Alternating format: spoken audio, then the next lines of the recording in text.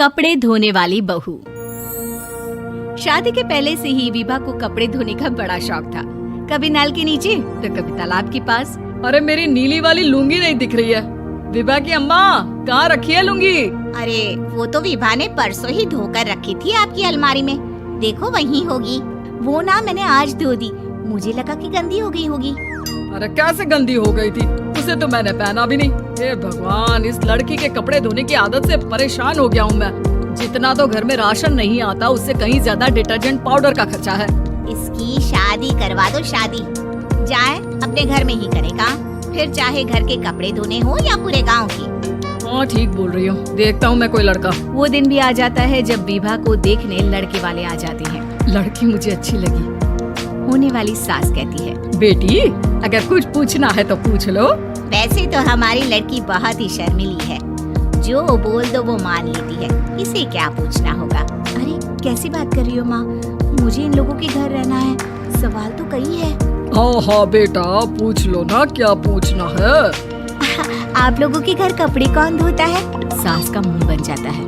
देखो अगर तुम ये कहना चाहती हो कि तुम्हें कपड़े धोने नहीं आते तो सुन लो, कपड़े मैं ही धोती हूँ, लेकिन तुम्हारे आ जाने के बाद मैं रुमाल तक नहीं धोऊंगी। अरे चुप रहना भाग्यवान, बहू बेचारी घर आई नहीं, उसे डराना शुरू कर दिया। वो क्या है ना बिटिया, अभी तक तो ये कल्लू की माँ ही धोती थी, लेकिन अब तुम्हारे पापा तो दहेज में वॉशिंग मशीन देंगे ही। तभी विभा की माँ बोल पड़ती है, सवाल भी पूछा तो क्या। वैसे भाई साहब, मशीन की तो फिर भी कपड़े धोने की कैपेसिटी होती है। मतलब जो बिटिया दे रहे हैं ना विभा, इसे कपड़े धोने का बहुत शौक है। ये आप लोगों के क्या आस पड़ोस गांव मोहल्ले सबके कपड़े धो दे और उफ तक ना करे। बाहर देखा नहीं आपने कितने कपड़े सूख रहे हैं? सब हमारी बिटिया ने ही तो धोए हैं। बस भी करो ना माँ, शर्म आ रही इतनी तारीफ सुनकर। और तो और एक दाग निकाल कर दिखाओ तो मान जाओ। हाँ अच्छा माफ करना बेटा, मैंने गलत समझा। हमें तो रिश्ता बहुत पसंद है। और ऐसे जुड़ जाता है रिश्ता कपड़े धोने का शौक रखने वाली विभा का। उसकी शादी हो जाती है कोयला फैक्ट्री में काम करने वाले कल्लू के साथ। शादी के बाद अचानक विभा चिल्लाती हुई सास के पास आती है। सासू माँ, अरे सासू माँ कहाँ है आप? ये तो धोखा है, धोखा दिया आप लोगों ने मुझे। इस ससुर के चक्कर के बारे में पता चल गया। अरे तो उसमें तुझे क्यों धोखा मिला है? अरे नल में पानी नहीं आता, कपड़े कैसे कब धुलेंगे? अच्छा तू पानी नहीं आ रहा उसकी बात कर रही है। तो आपने क्या सोचा? कुछ नहीं। अच्छा तेरी माँ ने कहा था कि कपड़े धोने का शौक है, तुझे याद आया मुझे।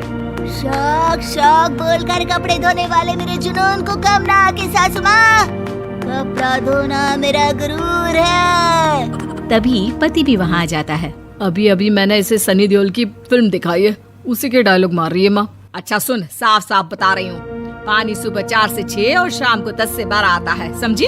विभा टाइमिंग सुनकर हैरान हो जाती है। ये क्या भूतों का मोहल्ला है? सुबह 4 बजे उठकर कौन कपड़े धोता है? 4 बजे टंकी में पानी जाता है, फिर सारा दिन धोना ना, किसने मना किया? अरे कैसे बात कर रही है? 200 लीटर की टंकी में कितने कपड़े धो लूंगी मैं? सुबह ही उठ जाऊंगी मैं। अब क्या था, विभा सुबह 4 से लेकर रात के 12 बजे तक कपड़े ही धोती रहती।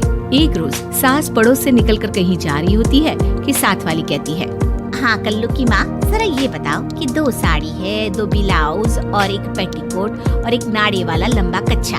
हाँ तो? अरे तो क्या कितना लोगी धुलाई, ये बताओ। धोबन दिख रहे हैं हम क्या? हमारे पति सरकारी नौकरी से अभी रिटायर हुए हैं और बेटा सुपरवाइजर है कोयला फैक्ट्री में। धोबन समझ रखा है हमें। हाय रे कल्लू की अम्मा, माफ कर दो, वो तो मोहल्ले में यही सब बता रहे थे कि तुमने बहू को कपड़ा धुलवाने के काम में लगा दिया है। सास को पड़ोसन की बात सुनकर गुस्सा आ जाता है। वो घर पहुंचती है जहां घर के बाहर ही इतने सारे कपड़े सूख रहे होते हैं जितने कि किसी धोबन के घर पर। अरे ओ कल्लू की दुल्हन, बाहर निकल। माँ जी यहीं आ जाओ, बाथरूम में चादर धो रहे हैं हम। अरे अभी हम धोते हैं, तुमको बाहर निकलो। ये आस पड़ोस वाले बोल रहे हैं कि हम बहू से कपड़े धुलवा कर उसे कपड़ा धोने वाली बना दिए हैं। अरे छोड़ो ना माँ जी, किन लोगों की बातों में आती हो? आस पास के लोगों का तो काम ही होता है कि वो किसी तरह सास बहू को लड़ा दे। बहू सारे घर के कपड़े धोती है, ये क्या कम है? बोलिए। सास को भी लग जाता है कि वो बहू का ये सनकीपन नहीं छुड़वा सकती, इससे अच्छा है कि खुद ही चुप हो जाए। एक रोज सास और बहू मंदिर जाते हैं, जहाँ सास की साड़ी वहाँ खड़ी भीख मांगने वाली से मिलती है। माँ जी क्या बात है, आपकी साड़ी उस भिखारन से कितनी मिल रही है ना? हाँ हाँ देखो तो दोनों की साड़ी मिल रही है। क्या बात है कल्लू की अम्मा, तुम खुद को तो अफसर की बीवी बताती हो और ऐसी सिंपल सी प्लेन साड़ी पहनकर घूमती हो। सिंपल और प्लेन नहीं है ये साड़ी। तो क्या सोने के धागे से फूल बने हैं? कुछ भी सासू माँ, कुछ भी। हाँ बने थे इस साड़ी में सोने के धागे से फूल। मेरे पति लेकर आए थे मद्रास से स्पेशली मेरे लिए 10,000 की। ताहे भाई साहब इस भिखारन के लिए भी सेम टू सेम साड़ी लेकर आए होंगे 10,000 की। सास उस वक्त कुछ नहीं कहती, लेकिन बहू के साथ घर आती है और अलमारी से एल्बम निकाल कर लाती है। ये साड़ी देख रही है, ये वही साड़ी है जिसे मैंने अभी पहना था। इस साड़ी में ये जो चमकदार फूल दिख रहे हैं ना, ये सोने के धागों से काटे गए हैं। लेकिन तू लोकल वॉशिंग मशीन ब्रश से घिस घिस कर सारे फूलों को निकाल कर साड़ी प्लेन कर दी।